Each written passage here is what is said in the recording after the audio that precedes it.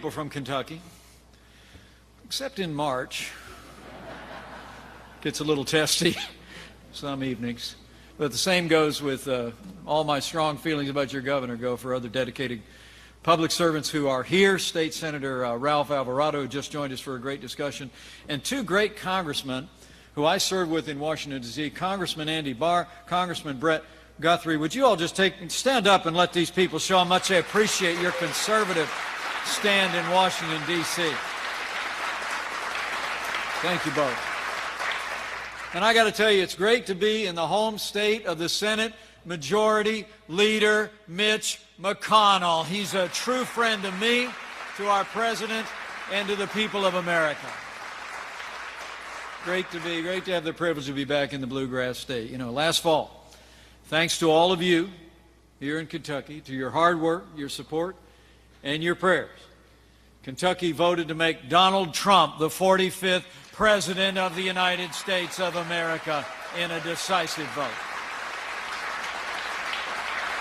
You know, and it was quite a campaign, wasn't it? And it's been quite an administration, too. I got to tell you, it's on a very personal level. It's the greatest honor of my life to serve as Vice President to President Donald Trump. And I want to thank you all for the privilege.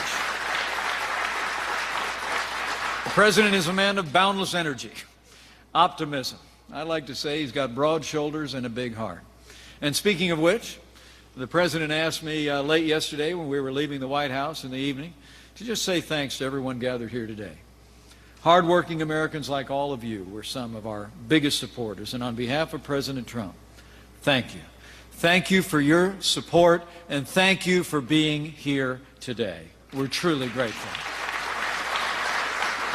And to all the business owners who are with us here today, I enjoyed our discussion earlier. The governor and I had a brisk discussion about the challenges that changes in health care in this country since 2010 have presented to business.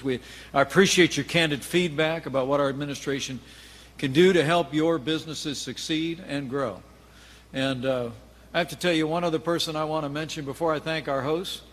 It is always good to have Papa John in the house. John Schnatter and his wonderful wife are with us today. The Midwest is proud that you call Kentucky and America home. John, thank you. There he is.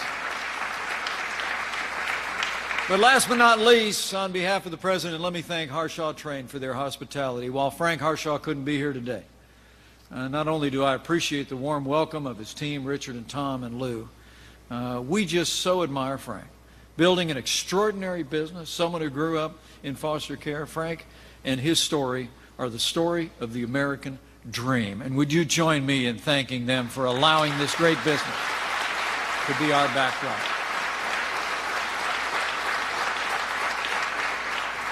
And all of those who run businesses, own businesses, or work in small business, let me make you a promise. The President wants you to know our administration will be the best friend America's small businesses will ever have.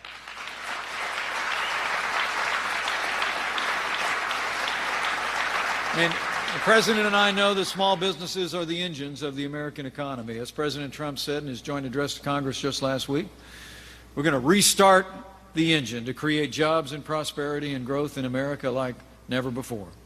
You know, I grew up in a small business family just a little bit north of here in Columbus, Indiana. I went to work at my father's gas station when I was only 14 years of age. I was actually what was called a gas station attendant. And if you're under the age of 30, I'll explain to you after the program exactly what that was. But as the world also knows, the President grew up in a family business too. We both know the sacrifices that are required to make a business work. And more importantly, we know that when small business is strong, America is strong. And this President's going to fight every day to make that a reality. President Trump wants to help you become stronger than ever before. He made a promise to you and to the American people. And as I like to say, this White House is in the promise-keeping business. I mean, just look at what we've done over the past month and a half. On day one, President Trump went straight to work, rolling back reams of red tape. He actually instructed every agency of the federal government to find 2 regulations to get rid of before issuing any new regulations on job creators in America.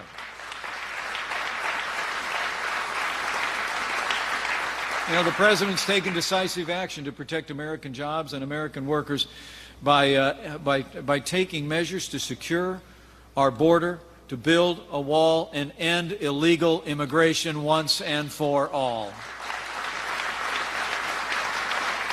The President authorized the Keystone and Dakota pipelines at last, creating thousands of American jobs and building on America's energy infrastructure. Businesses, and if you haven't noticed already, businesses have been already reacting to President Trump's vision, his Buy American, Hire American vision, with optimism and investment around the country from coast to coast, literally since Election Day. Companies have been announcing that they're keeping jobs here, they're creating new ones. Last month alone, the economy added an amazing 235,000 jobs in the month of February. This economy is coming back and coming back strong. And most importantly of all, the top priority the President gave us, to work with members of Congress and make sure that the Obamacare nightmare is about to end. I'll tell you, it's amazing to think about. I mean, virtually every promise of Obamacare has been broken. We all remember the promises that they made back in 2010 when this was signed into law. They told us the cost of health insurance would go down. Not true. They told us if you liked your doctors, you could keep them. Not true. They told us if you liked your health plan, you could keep it. Not true. Here are the heartbreaking facts. Today, Americans are paying $3,000 more a year on average for health insurance than the day Obamacare was signed into law. Last year alone, premiums spiked by 25%, and millions of Americans have lost their health insurance plans and lost their doctors. And in 1/3 of the nation's counties, Americans only have one insurance company to choose from, which essentially means they have no choice at all. The truth is, the American people are struggling under Obamacare every day. And so are small businesses like those so well represented here. You all know exactly what I'm talking about. The truth is, Kentucky is a textbook example of Obamacare's failures. Here in the Blue Cross state, premiums skyrocketed by an average of 24% last year, with some plans spiking by 47%. Nearly half of the state has only one health insurer to choose from, and next year, Humana, headquartered right here in Louisville, is pulling out of Kentucky's Obamacare exchange. Today, 1/3 of the state is on Medicaid. And as your governor has said over and over again, it's unsustainable. And Medicaid here in Kentucky is threatening to bankrupt this state. Folks, this just can't continue. And I promise you, it won't.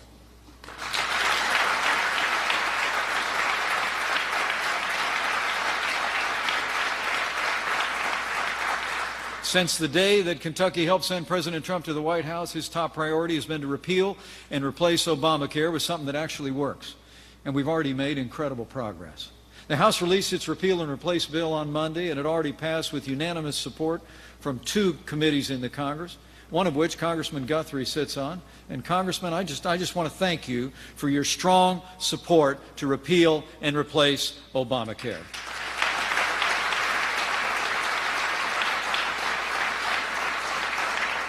Now, I know that not every politician in Kentucky supports our plan to repeal and replace Obamacare.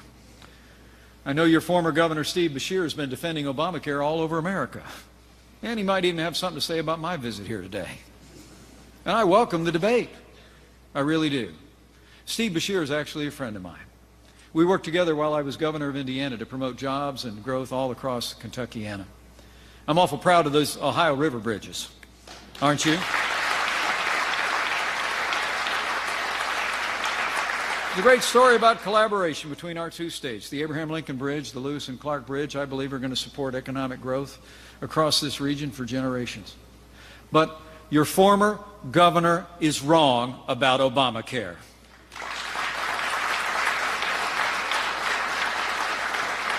Obamacare has failed the people of Kentucky, it's failed the people of America, and Obamacare must go.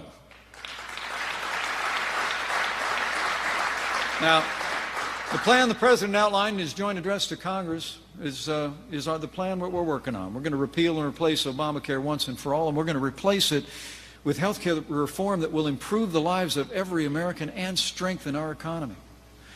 The truth is, ordering every American to buy health insurance, whether they wanted it or not, was never the right solution for health care in this country. So we're going to start out. We're going to repeal the mandates and taxes and penalties of Obamacare.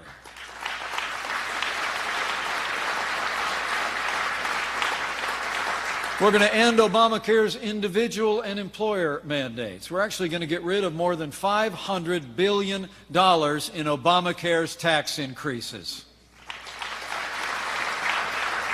And we're going to give Americans more choices. We'll expand health savings accounts. We'll give Americans a tax credit that'll help people buy plans that they need at a price that they can afford. We'll make sure that Americans with pre-existing conditions still have access to the coverage and the care that they need. And to all the parents here, we'll make sure you can keep your kids on your plan until they're 26 years of age. And most significantly, in my view, we'll give states like Kentucky the freedom and flexibility with Medicaid to meet the needs of your most vulnerable in the way that works here in Kentucky. Yeah. The bill moving through the Congress today is going to give Governor Bevin and, frankly, states all across the country the chance to reform Medicaid so it will better serve the underprivileged in your state with better coverage, better health, and better outcomes, just like the governor said, uniquely designed for the people of Kentucky, a little bit like we did in the Hoosier State not too long ago. You know, I'll never forget being here for Governor Bevin's inaugural address. Anybody else remember that sunny day?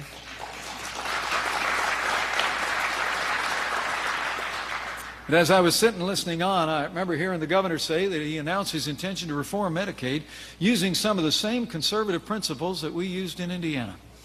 He said then that he was inspired by Indiana's reforms, but he was pretty sure Kentucky could do better than Indiana. And I'd like to see him try. In fact, President Trump truly does believe that giving states like Kentucky, like Indiana, like every state in the Union, the resources and flexibility to improve their health care programs in Medicaid is the American way to meet the needs of our most vulnerable, and we're going to make it happen. It's competition between the states will give the American people better health care choices. And under President Trump's leadership, we're actually also going to finally allow Americans to purchase health insurance across state lines, the way you buy life insurance, the way you buy car insurance.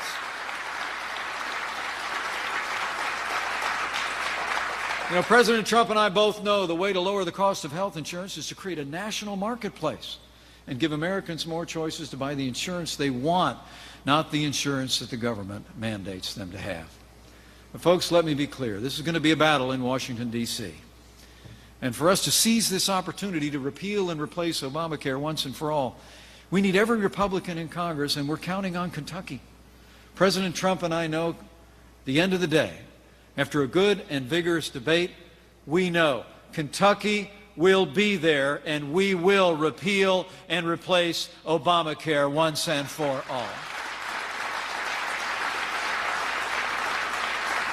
And let me say one more thing. Despite some of the fear-mongering by those on the liberal left, I want to assure the people of Kentucky who might be looking on this morning, we're going to work with the Congress and work with our agency at Health and Human Services, and we're going to have an orderly transition to a better health care system that makes affordable, high-quality health insurance available for every American.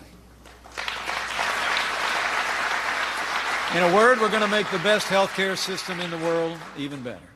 Now, while I came here to talk about Obamacare, it's really just the start of what our administration is doing to make America great again. And let me give you a quick preview of that before I head back on that airplane.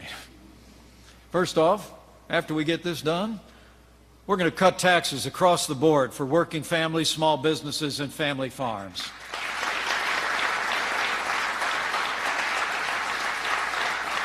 We're going to keep slashing through red tape and rein in unelected bureaucrats so they can't cripple the economy from the comfort of their metal, taxpayer-funded desks in Washington, D.C. We're going to do a little bit more like we did with those bridges. We're going to rebuild America so we have the best roads and bridges and highways and airports that America has ever had. But making America great again doesn't stop there, just there. This president has no higher priority, I promise you, than the safety and security of the American people, and he's working every single day to protect our nation and our way of life. This is a president, I can tell you, who appreciates the men and women of our law enforcement community, and he is standing every day with those who protect and serve our country in law enforcement.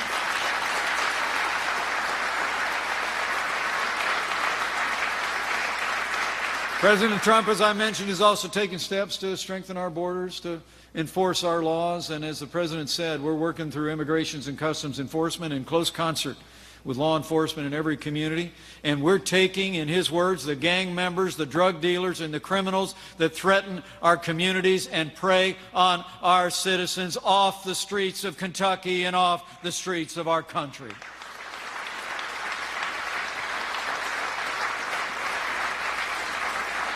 And while we talk about those that serve in the uniform, as the proud father of a United States Marine, let me tell you how grateful I am that in President Donald Trump, we have a commander-in-chief who will rebuild our military, restore the arsenal of democracy, and give our soldiers, sailors, airmen, Marines, and Coast Guard the resources and training they need to accomplish their mission and protect our nation.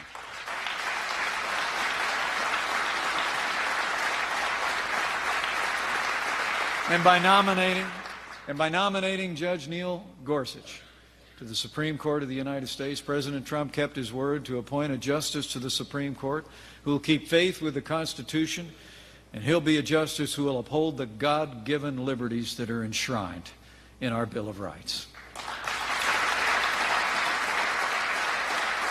My friends, let me tell you, President Trump is a man of his word, and he's a man of action.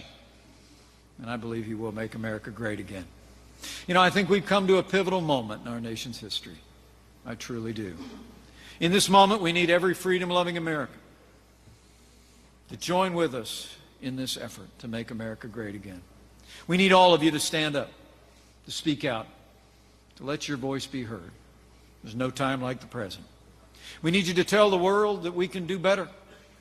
We can do better on health care. We can do better with a growing economy. We can stand tall and strong in the world again.